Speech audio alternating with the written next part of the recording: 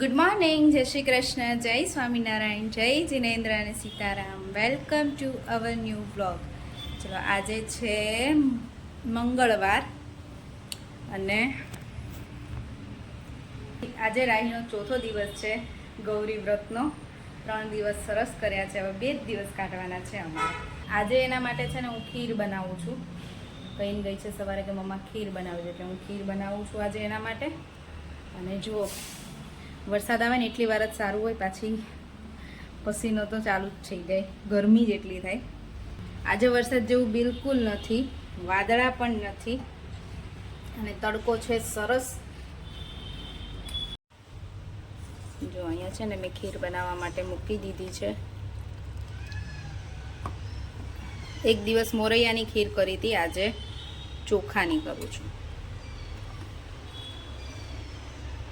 ખીર જોડે હવે એણે બીજું તો ના પાડી છે કે એને બીજું કંઈ ખાવું નથી, પણ હું પરોઠું કરી આપીશ એકાદું, જો ખાય તો ઠીક છે.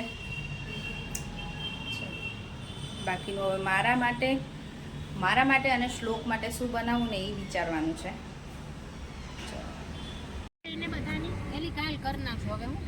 છોકરીઓ છે ને સ્કૂલેથી ડાયરેક્ટ આવી ગયા છે આજે પૂજા કરવા માટે.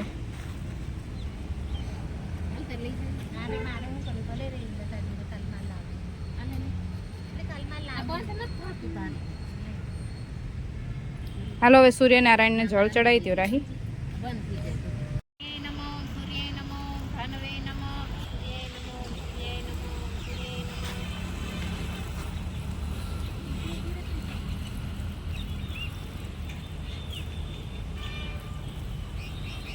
રીશાના હાથ ધીરે ધીરે નીચે આવી જાય.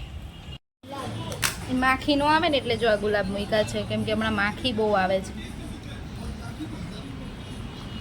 ખીર, કોબીજ બટેકાનું શાક અને પરોઠા કર્યા છે રાહી માટે, એટલે શ્લોકને પણ પરોઠું જોઈએ હે ને. રાહી માટે છે ને કોબીજ બટેકાનું મીઠા વગરનું શાક કાઢ્યું છે હે રાહી. 1 મિનિટમાં અહીંયા 1 મિનિટમાં કરે છે, પણ એ બધું ઇઝી જ છે આ વખતે, એટલે મેથ્સમાં પૂરામાં આવવા જોઈએ માર્ક્સ. ઓકે, એમસીક્યુઝમાં કાંઈ હાર્ડ નથી.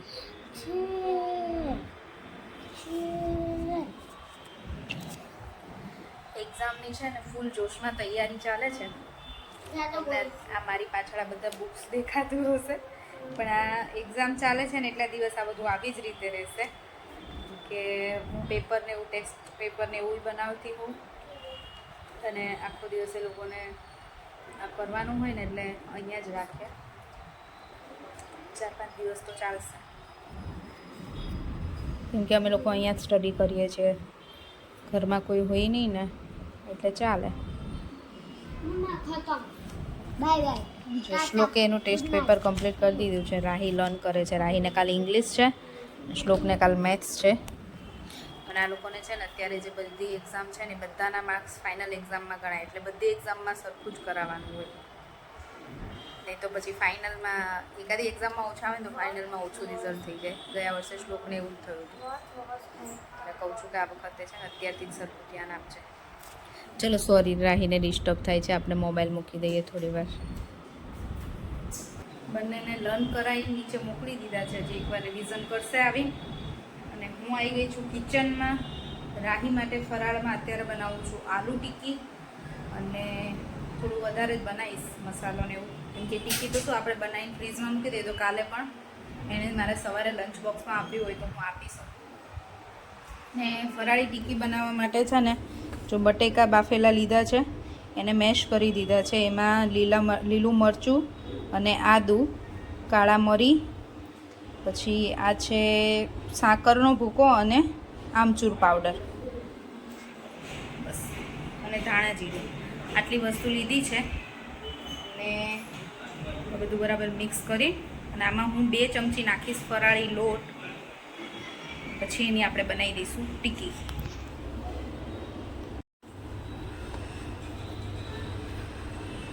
જો બટેકામાં છે ને બધો મસાલો બરાબર મિક્સ કરીને પછી મેં છે ને 2-3 ચમચી ફરાળી લોટ લીધો છે, અને હવે એને બરાબર મિક્સ કરીને પછી આની ટિક્કીને આપણે શેલો ફ્રાય કરીશું. આવું કંઈક હોય ને તો છોકરાઓને ભાવે.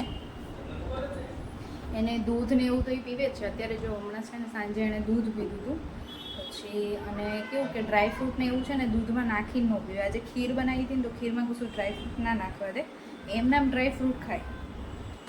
એટલે મને કોમેન્ટ કરી હતી કે તમે દૂધ પાક ને ડ્રાયફ્રૂટવાળું દૂધ ને એવું, પણ એ છે ને એવું દૂધમાં કશું નાખીને નહીં, દૂધ પ્લેન પીવે, લસ્સી પ્લેન પીવે. પણ એમનામ પછી અંજીર ને કાજુ ને બદામ ને એવું ખાતી હોય ને એવું એમનામ ભાવે છે. અને અત્યારે છે ને આ ટીકીનું કીધું ને તો કે હા, તો પછી આને છે ને એ દહીં જોડે ખાશે.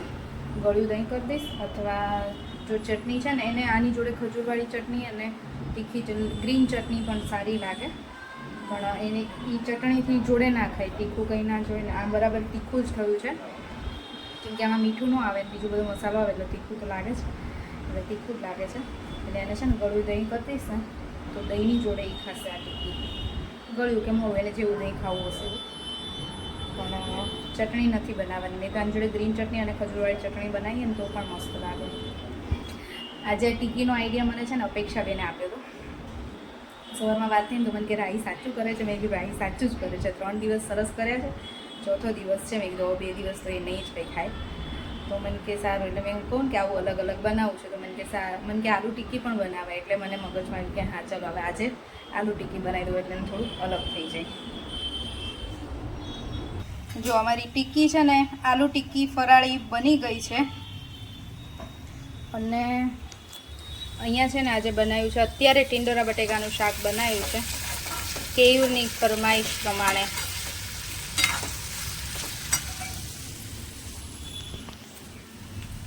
એમને ખાવું હતું ટીંડોરા બટેકાનું શાક, એટલે ટીંડોરા બટેકાનું શાક બનાવ્યું છે. રોટલીનો લોટ બાંધી દીધો, હવે રોટલી કરી નાખો એટલે અમારું ડિનર રેડી આજનું. રાહી કેવી લાગી ટીકી? સારી ભાવી ને? રાહી એની જોડે છે ને ગળ્યું દહીં લીધું છે ને, અને એને આવી રીતે ડીપ કરીને ભાવે છે. શ્લોકે પણ ટીકી લીધી છે રાહીની જોડે.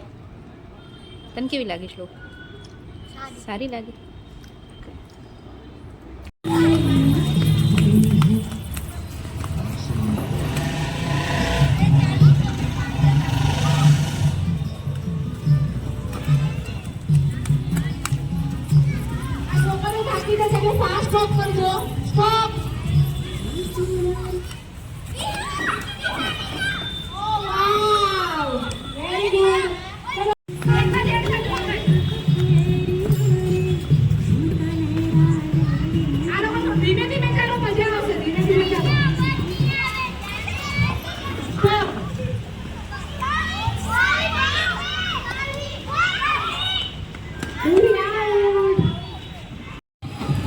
જો કિડ્સ તો બધાની મ્યુઝિકલ ચેર પતી ગઈ, હવે બધાના બા આવે છે.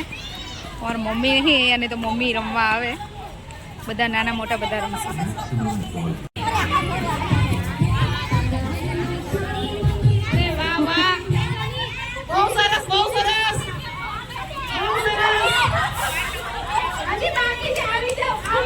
આમ ફરીને આવી જાઓ.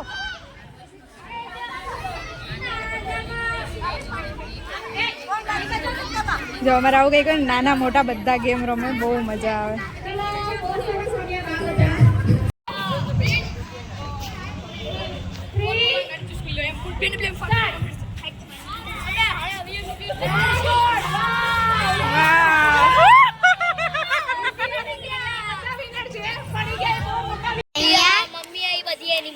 હા, સાચી વાત છે.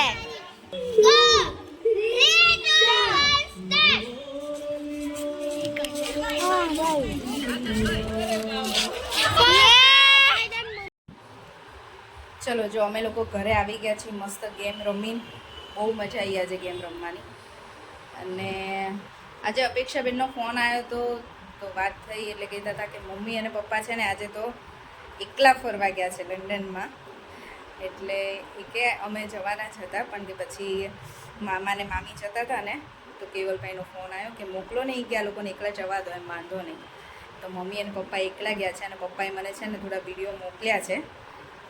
તો ચલો હું તમારી જોડે શેર કરું છું, તમે એ પણ જોઈ લો.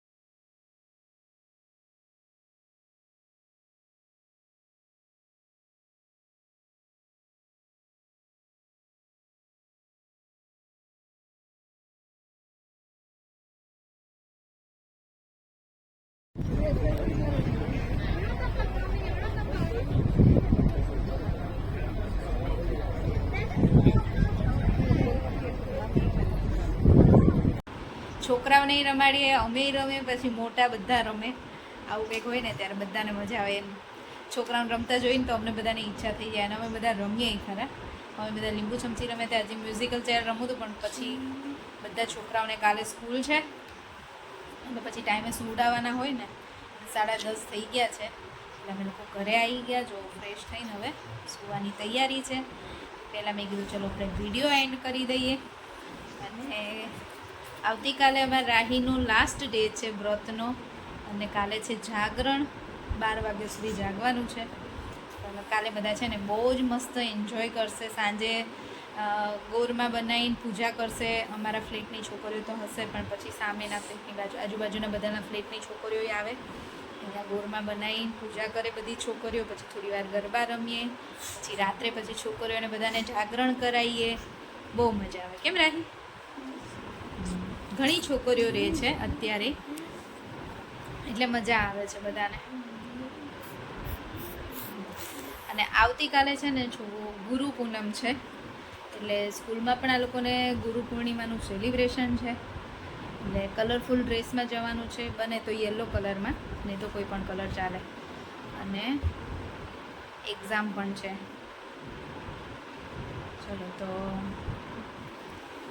ચલો તો હવે આજનો વિડીયો અહીંયા જ પૂરો કરીશું. ફરીથી મળીશું કાલે નવા વિડીયો સાથે. ત્યાં સુધી બાય બાય, ગુડ નાઇટ, જય શ્રી કૃષ્ણ. જો વિડીયો ગમ્યો હોય તો like, share and subscribe. Bye, thanks for watching. આ રાહીનું ટેડી છે અને આ મારું ટેડી છે.